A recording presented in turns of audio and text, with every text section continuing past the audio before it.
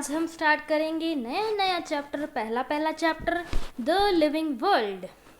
तो ये चैप्टर बहुत छोटा है और बहुत आसान है, इससे क्वेश्चन आ जाते होते हैं, तो ये बहुत अच्छा है। इस वाले पैरे में इतना कुछ खास है नहीं, तो इसको अगर तुम अपने मतलब ऐसे सेटिस्फेक्शन के लिए पढ़ना चाहते हो तो तुम खुद पढ़ सकते हो।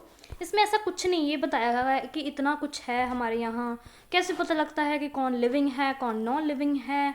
और एक इसमें बात एक ये है कि ग्रुप ऑफ पॉपुलेशन जो होती है, ओ सॉरी पहले पॉपुलेशन बोल दिया, जो ग्रुप होता है एक स्पीशीज का स्पेसिफिक स्पीशीज, उसे हम बोलेंगे पॉपुलेशन। और जो ग्रुप होता है पॉपुलेशन का उसे हम बोलते हैं कम्युनिटी। ये आपको आगे जो चैप्टर होंगे इकोलॉजी वाले उधर भी आएंगे, ठीक है। ये टर्म्स याद रख लेना, ग्रुप ऑफ स्पीशीज को बोलेंगे population and group of population को बोलेंगे कम्युनिटी, ठीक है। तो अब हम बात करते हैं डाइवर्सिटी इन लिविंग वर्ल्ड के बारे में। डाइवर्सिटी का मतलब क्या होता है? विभिन्नता होता है, कितने तरह तरह की लिविंग वर्ल्ड में कितनी तरह तरह की चीज़ें हैं उसके बारे में पढ़ते हैं। तो अगर हम अपने आसपास देखें तो हमें बहुत सारी वैरायटी के लिविंग ऑर्गेनिज्म मिलेंगे, जैसे कि पॉटेड प्लांट, पॉट में जो प्लांट होते हैं वो वाले, इंसेक्ट, बर्ड, योर पेट्स, पेट आपके जितने भी पेट होंगे, डॉग होगा, कैट होगा, बफेलो, काओ, गोट और शीप एट्सेट्रा, और अदर एनिमल्स जो अदर हैं, जंगली वाइल्ड एनिमल्स एंड प्लांट्स जितने भी हैं। तो इतना सब कुछ है, सभी कुछ कितना, देखो अगर तुम एक एनिमल्स की बात करोगे तो एनिमल में कितने सारे एनिमल्स हैं, तो बहुत सारी वैरायटी है, ठीक है। There are also several organism that can not see with your naked eyes but they are all around you. कुछ ऐसे बैक्टीरिया, प्रोटोजोन्स, फंजाई कुछ ऐसे होते हैं जो नेक्ड आई से हमें नहीं दिखते। फंजाई तो वैसे दिख ही जाते हैं, नेक्ड आई से जो हमें नहीं दिखते लेकिन वो होते हैं हमारे यहाँ। अगर आप अपना हाथ जो है वो अगर आप माइक्रोस्कोप में देखोगे तो उसी में ही कितने सारे बैक्टीरिया मिल जाएंगे आपको। तो हैं तो वो भी लिविंग ऑर्गेनिज्म ही, बस हम उसको देख नहीं सकते, ठीक है। तो अगर हम अपना एरिया इंक्रीज करें, एरिया किसका? ऑब्जर्वेशन का। अगर हम अपना देखने का एरिया इंक्रीज करें तो रेंज और वैरायटी जो ऑर्गेनिजम्स की होती है वो भी क्या हो जाती है? इंक्रीज। देखो अगर तुम देख रहे हो सिर्फ अपने स्टेट में, मान लो स्टेट छोड़ो, अगर तुम अपने शहर में देखोगे तो तुमको एक पर्टिकुलर टाइप के ऑर्गेनिजम्स दिखेंगे जो तुमको हर रोज देखते, तुम्हारे लिए वो कॉमन है। लेकिन अगर तुम किसी और सिटी में गए या फिर किसी और कंट्री में ले लो, किसी और कंट्री में गए और वहाँ पे तुम देखोगे अरे ये क्या चीज़ है, ये तो हमने कभी नहीं देखी, कुछ अलग तरह का ऑर्गेनिज्म, एनिमल बोल लो, इंसेक्ट बोल लो, दिख जाता है, तो तुम बोलोगे अरे ये तो अलग ही है कुछ, है ना। तो वो क्या होता है? तुम्हारा एरिया इंक्रीज हुआ ऑब्जर्वेशन का। तुम किसी और कंट्री में देखने गए तो क्या होगा? वहाँ पे क्या होगा? रेंज और वैरायटी ऑर्गेनिज्म की इंक्रीज होगी। जैसे कि इधर एनसीईआरटी ने एग्जांपल दी है कि अगर हम एक घने जंगल में जाएं तो उधर ऑब्वियस बात है कि आपको ज़्यादा greater number and kinds of living organism देखने को मिलेंगे, ठीक है। अभी देखो, each different kind of plant, animal और ऑर्गेनिज्म दैट यू सी, जो आप देखते हो, रिप्रेजेंट अ स्पीशीज। वो किसको रिप्रेजेंट करते हैं? एक स्पीशीज को, ठीक है। और number of species, important line आ चुकी है, कृपया करके ध्यान दे, जल्दी वहां से हटें। The number of species that are known and described range, उसकी इतनी रेंज है, ठीक है। 1.7 से 1.8 मिलियन जितनी भी स्पीशीज आज तक डिस्क्राइब करी गई हैं उनकी मतलब वैल्यू इतनी है, ये इतनी है, ठीक है, टोटल। तो इससे हमें पता चलता है, देखो कितनी है, 17 to 18 लाख बोल सकते हो, इतने ज़्यादा। अभी तुमने सभी तो देखे नहीं होंगे, तुम भगवान तो हो नहीं, है ना। तो देखो इसी तरह तरह की स्पीशीज को हम क्या बोलेंगे? बायोडाइवर्सिटी। देखो डाइवर्सिटी का मतलब होता है बहुत सारे प्रकार, बहुत सारे मतलब डिफरेंट चीज़ें। तो बायो मीन्स लाइफ, तो लिविंग ऑर्गेनिज्म में कितनी विभिन्नता है, इतनी, देखो इतने ज़्यादा है स्पीशीज, ठीक है।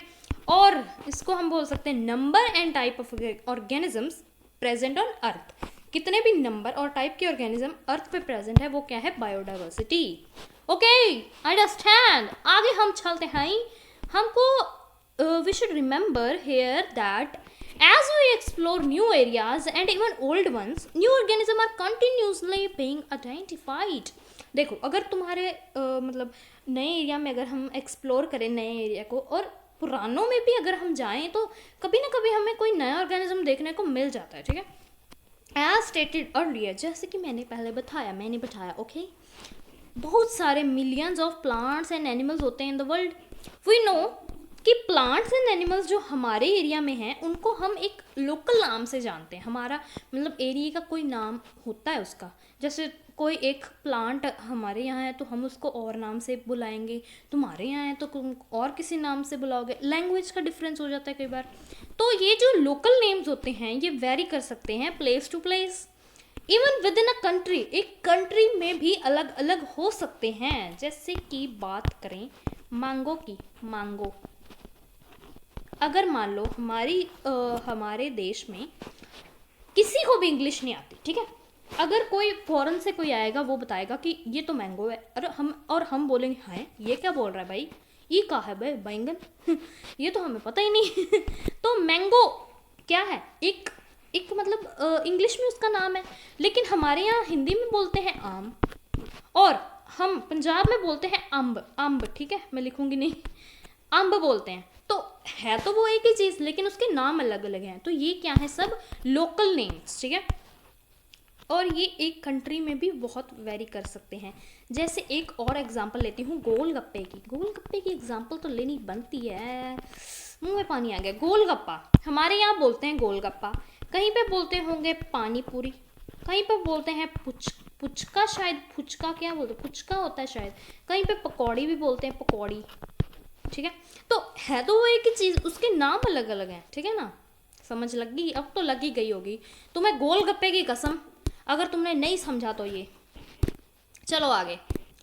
Probably you would recognize the confusion that would be created if we did not find ways and means to talk to each other to refer to organism we are talking about. देखो अगर हम जाएंगे किसी ऐसी जगह पे जहाँ पे गोलगप्पे को पकौड़ी बोलते हैं, तो हम उसको बोलेंगे कि भैया गोलगप्पे दे दो। अगर उसे नहीं पता होगा कि गोलगप्पा होता ही क्या है, तो वो क्या ही देगा हमें, बोलेगा ये क्या बोल रहे हैं भाई साहब, ये नाम तो हमने कभी सुना ही नहीं। तो मीन्स टू टॉक मतलब देखो ऐसे बहुत कन्फ्यूज़न हो जाती है एक ही चीज़ को। अभी ये तो चलो गोलगप्पे की बात हो गई, लेकिन अगर एक ऑर्गेनिज्म की बात करें, उसको क्या नाम देना है, अगर वो पूरी दुनिया में एक हो तभी तो मतलब सभी उसको नाम से जान सकेंगे ना। अगर वो कोई और बोल रहा है, कोई कुछ और नाम रख रहा है, कोई अपने ही नाम रख रहा है, कोई किसी के तो घर के ही नाम है, घर में उसको ये बोलते हैं, ठीक है।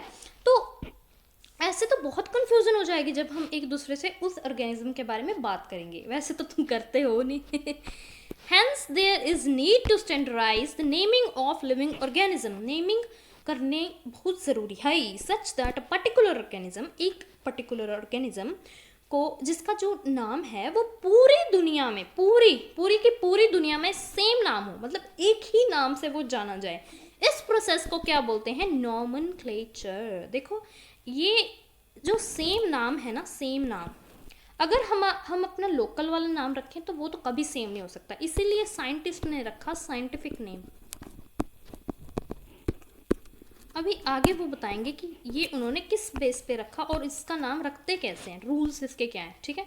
ऑब्वियसली नॉमेनक्लेचर और naming is only possible when the organism is described correctly, we know to what organism the name is attached to, this is identification. देखो नॉमेनक्लेचर बाद में हम करते हैं, पहले हमें क्या ज़रूरत पड़ती है, जो हमने ऑर्गेनिज्म देखा हमें उसके बारे में, हमें उसको करेक्टली डिस्क्राइब करना होता है, उसके बारे में उसके जितने भी उसके फीचर्स हैं, मॉर्फोलॉजिकल, एनाटॉमिकल ऐसे बोलते हैं ना, हाँ यही है।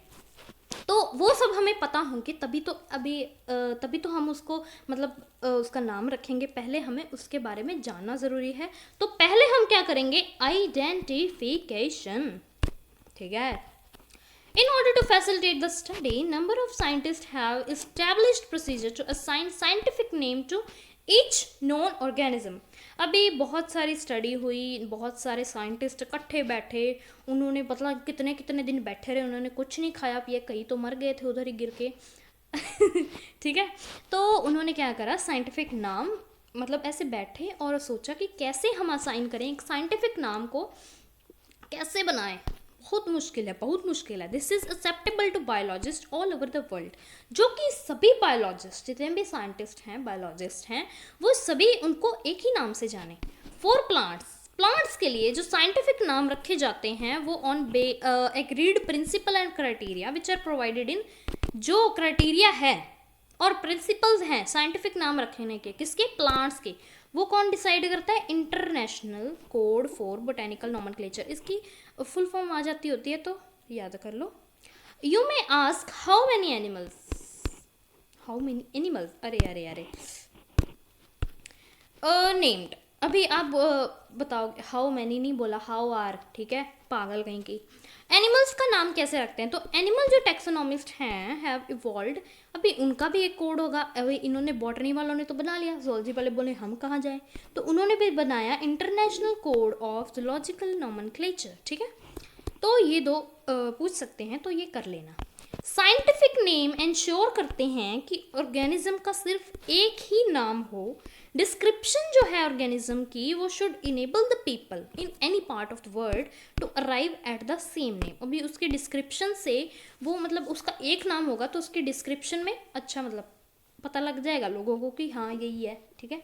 They also ensure that such a name has not been used for any other known organism, ठीक है।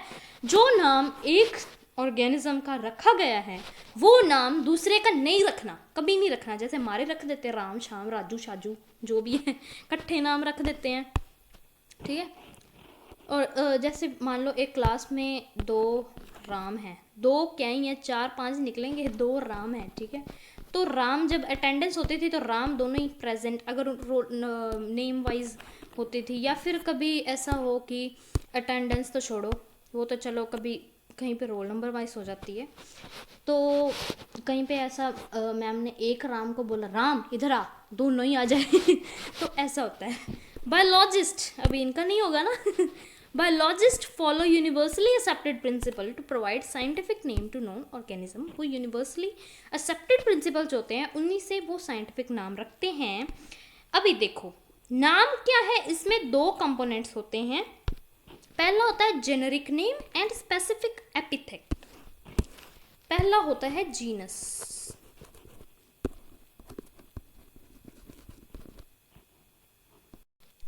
और सेकंड होता है स्पीशीज, ठीक है। स्पीशीज तो यहाँ पे लिखा है generic name, generic means genus, and specific epithet, ये भी स्पीशीज होता है, ठीक है। तो 2 कंपोनेंट हो गए एक साइंटिफिक नाम में। This system of providing name with 2 component, ये जो सिस्टम है जिसमें 2 कंपोनेंट देते हैं उसे बोलते हैं बाइनोमियल नोमेनक्लेचर, ठीक है। और ये दिया था कार्ल लिनस ने, इस practice by biologist all over the world. और यही जो बाइनोमियल नोमेनक्लेचर है यही करते हैं सभी साइंटिस्ट, ठीक है। 2 ही, मतलब ऐसे पहला जीनस एंड दूसरा स्पीशीज, ठीक है। This naming system using a 2 word format was found convenient, ये उनको अच्छा लगा। तो अभी हम एग्जाम्पल लेते हैं मैंगो की। देखो मैंगो का साइंटिफिक नाम है, इधर मैं ये कर दूँ, मैंजीफेरा इंडिका। इसमें देखो ये बाइनोमियल नेम है, मैंजीफेरा जो है, ये मैंजीफेरा ये क्या रिप्रेजेंट करता है, जीनस। इंडिका रिप्रेजेंट करता है स्पीशीज और स्पेसिफिक एपिथेट, ठीक है। ये हो गया। अरे इसमें ये ना तुमको याद करना है, मैंजीफेरा इंडिका जो मैंगो का साइंटिफिक नेम है, ये पूछ लेते, इससे बहुत सवाल आ जाते होते कई बार, ठीक है। अदर यूनिवर्सल रूल्स जो है नॉमेनक्लेचर के वो ये हैं, biological names are generally Latin में होते हैं, और रिटन लिखने में वो कैसे बनाए जाते हैं, इटैलिक्स में। दे आर लैटिनाइज्ड और derived from Latin irrespective of their origin. देखो ये जो है ना बहुत इंपॉर्टेंट है, इंपॉर्टेंट रूल्स जो हैं रट लेना इसको। जो ये वर्ड्स होते हैं ये या तो लैटिनाइज्ड होते हैं या फिर ड्राइव होते हैं लैटिन से। देखो लैटिन जो है वो डेड लैंग्वेज है, उसको कोई भी अब यूज़ नहीं करता, तो इसलिए साइंटिस्ट बोले जो कोई नहीं करेगा वो हम करेंगे, ठीक है। फर्स्ट वर्ड जो है वो रिप्रेजेंट करता है जीनस, मैंने पहले बता दिया है। सेकंड जो होता है वो डिनोट करता है स्पीशीज को। बोथ द वर्ड्स जो बायोलॉजिकल नेम में होते हैं, जब वो हम उसको खुद अपने हाथों से लिखते हैं तो वो सेपरेटली अंडरलाइन करके लिखते हैं। जब उसको प्रिंट करते हैं तो वो इटैलिक्स में होते हैं, ठीक है। देखो इधर ये इटैलिक्स में था। यही अगर मैं खुद लिखूंगी इधर तो मैं ऐसे लिखूंगी, मैंगो का ही लिख रही हूँ, मैंजीफेरा। अरे इसको क्या हो रहा है भाई, हाँ ठीक हो गया। इंडिका, देखो मैंजीफेरा, एम कैपिटल है, आई स्मॉल है। स्पीशीज का वर्ड हमेशा स्मॉल होता है, जीनस का होता है फर्स्ट वर्ड कैपिटल। तो दोनों को अंडरलाइन कर दिया मैंने, ठीक है। आगे आगे आगे, फर्स्ट वर्ड डिनोटिंग जीनस वो कैपिटल होगा, मैंने बताया, और स्पीशीज का स्मॉल लेटर से स्टार्ट होगा, जैसे कि मैंजीफेरा इंडिका में, ठीक है। नेम जो होगा ऑथर का, जिसने नाम बताया है, वो at the end of the biological name and is written in abbreviated form, वो लास्ट में लिखा जाएगा, जैसे कि Mangifera indica Linn. Linn means Linnaeus जो भी है। ये देखो इसने डिस्क्राइब करा था तो इसका नाम आ गया, ठीक है। Since it is nearly possible to study all the living organism, it is necessary to devise some means to make it possible. This process is classification. देखो इतने सारे लिविंग ऑर्गेनिज्म हैं, हम सभी के बारे में नहीं पढ़ सकते, कभी नहीं पढ़ सकते। तो इसलिए हमें क्या करना पड़ेगा, जैसे हमने पीरियोडिक टेबल में सभी एलिमेंट्स जो होते हैं हम उनके बारे में याद नहीं कर सकते, तो उनको जो मॉडर्न पीरियोडिक टेबल है जो मोज़ले ने दिया था, है ना, उसी ने दिया है ना, हाँ। तो उन्होंने क्या करा था कि ऐसे अरेंज करे, एटॉमिक नंबर के बेस पे अरेंज करे ना, लेकिन ऐसे करे कि जो एक ग्रुप में या फिर एक पीरियड में ग्रुप में बोलो तो उनकी प्रॉपर्टीज़, जैसे एस ब्लॉक है, पी ब्लॉक है, डी ब्लॉक है, एफ ब्लॉक है, तो उनकी प्रॉपर्टीज़ सेम आती हैं। तो हम उसमें हमें सभी जो हैं अलग अलग करके उनकी प्रॉपर्टीज़ पढ़ने की ज़रूरत नहीं पड़ी, तो हमने इकट्ठी पढ़ ली उनको।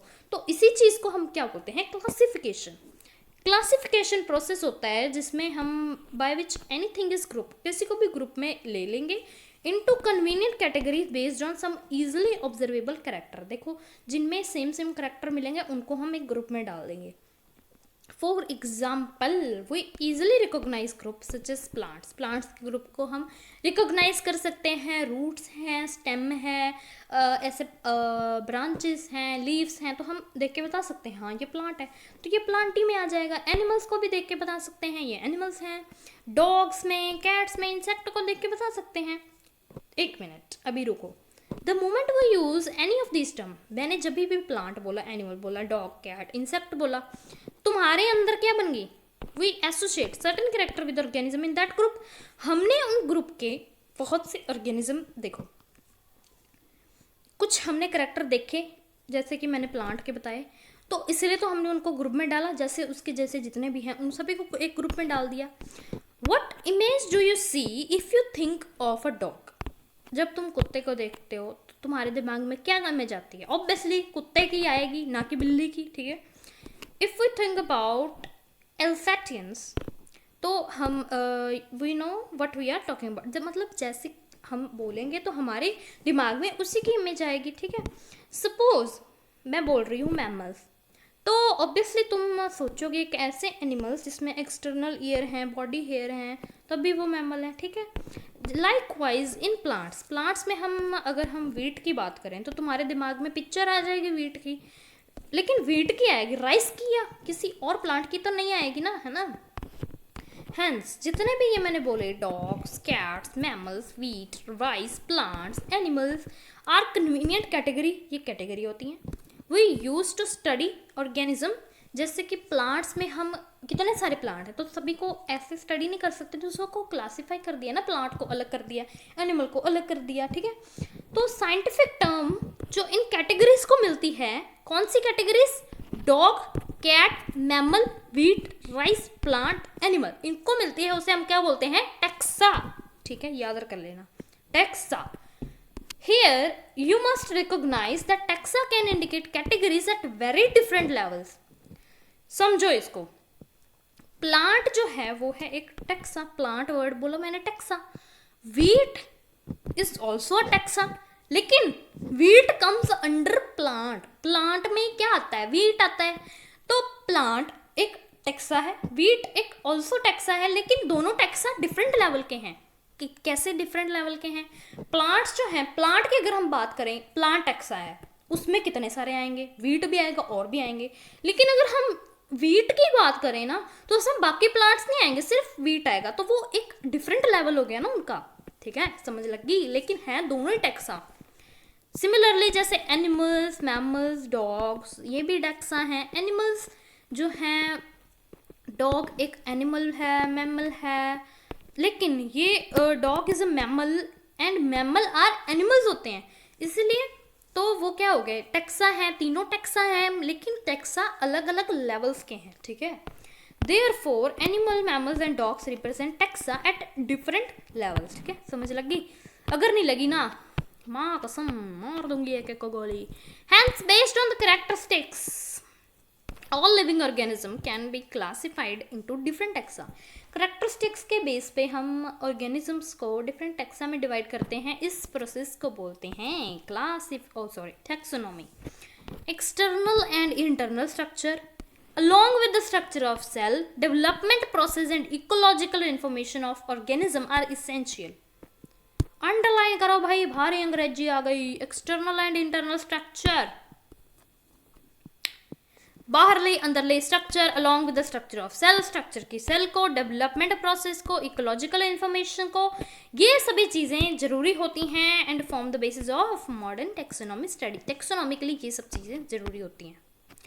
हेंस पहले हम कैरेक्टराइज करते हैं, आइडेंटिफिकेशन करते हैं, क्लासिफिकेशन करते हैं, फिर नॉमेनक्लेचर करते हैं और द प्रोसेस। ये प्रोसेस किसके हैं? टेक्सोनॉमी के, ठीक है। टेक्सोनॉमी कोई नई चीज़ नहीं है। ह्यूमन बींग्स ने हमेशा ही क्या कर रहा है, बहुत सारी चीज़ों को जानने की, बहुत सारे ऑर्गेनिजम्स को जानने की कोशिश करी है with reference to their own use, अपने काम के लिए।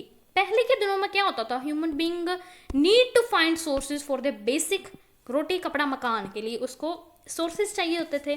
तो वो क्लासिफिकेशन उसके यूजेस के बेस पे करता था डिफरेंट ऑर्गेनिजम्स की। जैसे इस टाइप के ऑर्गेनिज्म में मुझे फूड मिलेगा, इससे क्लोथ्स मिलेंगे, इससे शेल्टर मिलेगा, ठीक है।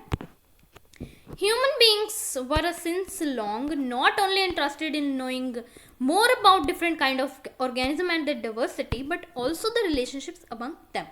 ह्यूमन बींग ना तो डिफरेंट तरह के ऑर्गेनिज्म और उनकी विभिन्नता, जो डाइवर्सिटी है, ठीक है, उसके बारे में जानने में इंटरेस्टेड है, बल्कि उनका आपस में क्या रिलेशनशिप है, इसके बारे में भी जानने में बहुत उत्सुक है। और ये किस में होता है? दिस ब्रांच ऑफ स्टडी ये किस में होती है? सिस्टमैटिक्स। इसको क्या बोलते हैं? सिस्टमैटिक्स, ठीक है। द वर्ड सिस्टमैटिक्स ये कहाँ से निकला है? लैटिन में। लैटिन में सभी वर्ड निकलते हैं साइंस के, ठीक है, नॉट सभी, मतलब ऑलमोस्ट सभी, ठीक है। तो ये वर्ड सिस्टमा से निकला है, जिसका मतलब है सिस्टमैटिक अरेंजमेंट ऑफ ऑर्गेनिजम्स, ठीक है, सिस्टमैटिक अरेंजमेंट। लीनियस जो था उसने यूज़ करा था Systema Naturae as the title of his publication. उसने बुक लिखी थी सिस्टेमा नेचुरा, याद रख लेना, कभी कभी क्या पता पूछ लें, है ना। तो scope of systematics was later enlarged to include identification, nomenclature and classification. बाद में जो सिस्टमैटिक्स का स्कोप था उसको बढ़ाया गया, उसमें आइडेंटिफिकेशन इंक्लूड करी गई, नॉमेनक्लेचर, क्लासिफिकेशन भी इंक्लूड करा गया। Systematics take into account evolutionary relationships between organisms. Systematics में क्या होता है वो देखो ये सब तो आई ही आए, टैक्सोनॉमी में भी थे ये सब तो, लेकिन हमने इधर सिस्टमैटिक्स में नया क्या करा? सिस्टमैटिक्स में हमने एवोल्यूशनरी रिलेशनशिप्स को फाइंड करा। एवोल्यूशन कैसे हुआ है? एवोल्यूशन कैसे हुआ है? पहले वो क्या थे, अब वो क्या बन गए, और ये जो अब बने हैं ये किससे इसका रिलेशनशिप है, जो पहले थे उसका किससे रिलेशनशिप है। एवोल्यूशन के बारे में पढ़ते हैं, ठीक है। नेक्स्ट टैक्सोनॉमिक कैटेगरीज, ये हम करेंगे अगली वीडियो में। तो ठीक है, फिर बाय बाय।